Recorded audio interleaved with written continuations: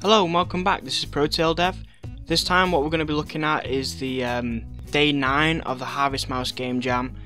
Links will be in the description as always. Yeah, so let's get straight into this.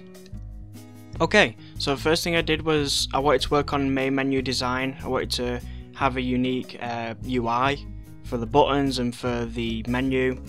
And what I'm doing here is I went into Paint.net to create some basic designs for bars and overlays, and after that I imported them, made sure all the settings were correct, made sure that everything was set up, and then started designing and changing it. And I had the images as grey so that I could just change the colour, because if it's black or white and grey it's easier to change the colour however you like, it just blends better. So here I am, and instead of just having a plain image in the background with my UI being in front of it, I decided to have an actual environment, because since I am in a 3D game I might as well. And all I did was get different prefabs that I've used and created in the past and just implemented them. Created some water here just to round out the environment a little bit more. And all I really do is just playing around with it and, you know, customizing it. I just spend a little bit of time trying to make something nice for the player to be able to look at. After that I changed the buttons. Originally I had them with the grey bar which I created in Paint.net, but I decided to change them into the vine, which I think looks better. And what I do is just quickly rename them, resort them out, because these are actually new buttons. I had to reassign them.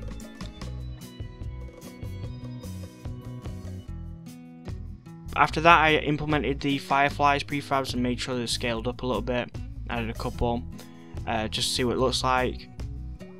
So looking a little bit better. Then what I did was a quick save, and then I implemented the post-processing that I had for the previous level and implemented it on the main menu. Made sure that all the settings were right, and then made sure that all of the settings were all of the assigned properties were correct. Make sure that I can always call the functions, and tested it out. Yeah, and it was working. So I did a full test in this run all the way up to getting to the end, just to make sure I could actually do it. I could actually get to the end of the level. I'm not going to show you the whole thing, because there's already a video out now on my channel where I've shown the first 30 minutes. So after that I did a pause menu, which will basically, I'll just use time.timescale just to pause the game and then play it. And this will just allow, if I call a specific button, which is options menu, which I haven't set up yet, set it up in a minute, I just want to turn the UI off and on, and then turn the HUD off and on, and you know, all the basic stuff I've done in previous videos before when I've come to the main menu and the pause menu. So here I am in the input manager. I'm just setting up the options menu button. Once that was set up, I also added a restart button and a menu button functionality into so that what I could just call them, did a quick rename, resize, make sure that it's all working, and then quick test. I can call it, there you go. I can click resume, it resumes. If I click retry, it retries, and if I click menu, it goes to menu. So that's working.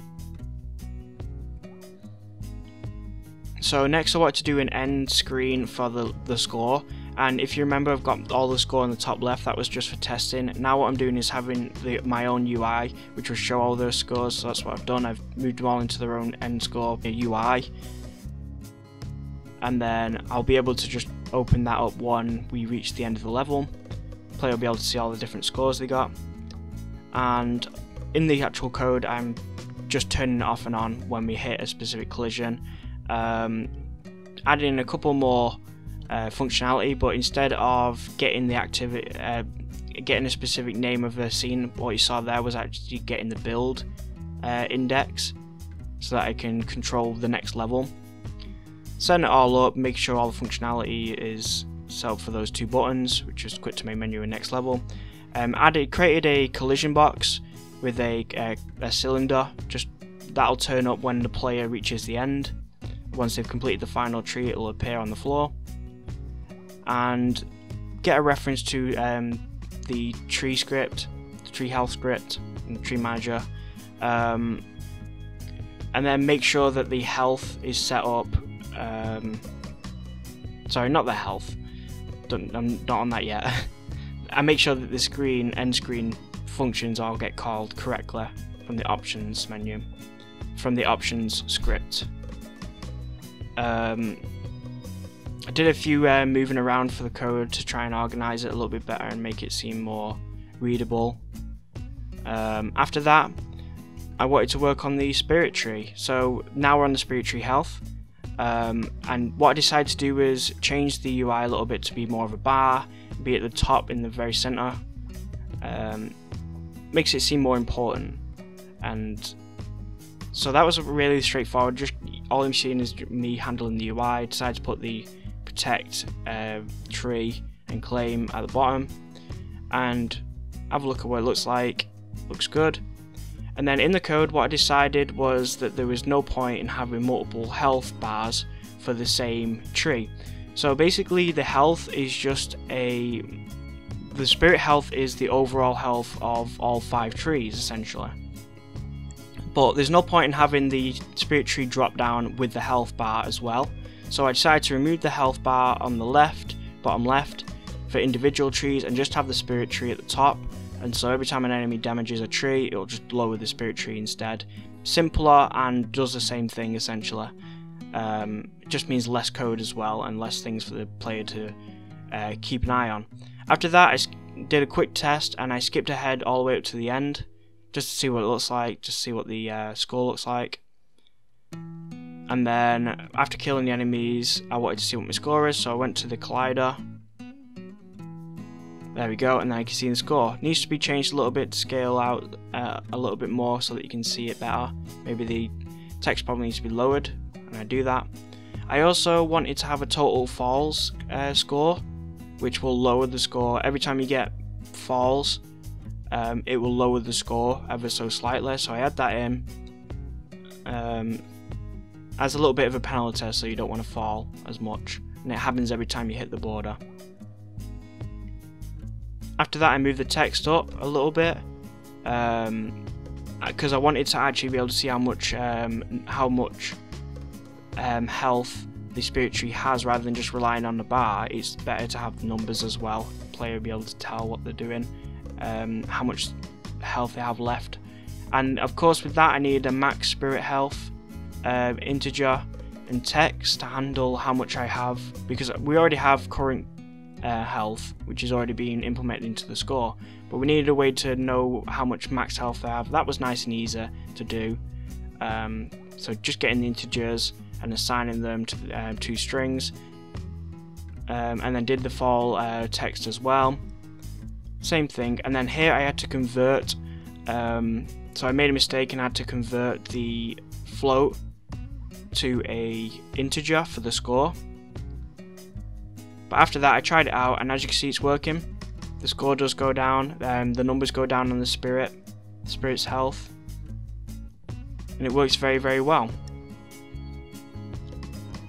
Okay, so once that was all finished, I was much more happy with the level now, and I was getting to the point where the level was nearly finished.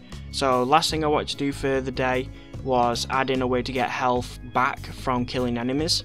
So here I would in a minute I'll create a game object called Spirit Energy, and it'll just drop an object, a sphere on the ground, which you can pick up.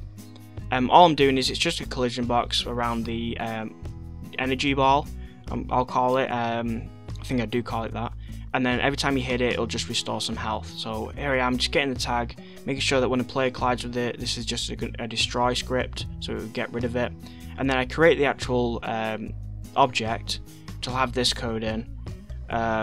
Make sure it's the right tag, and then when it collides into it, yeah, I called it a spirit ball. Made it a prefab, assigned it, and all it's doing is just instantiating it every time the enemy gets destroyed. It instantiates the spirit ball in the position.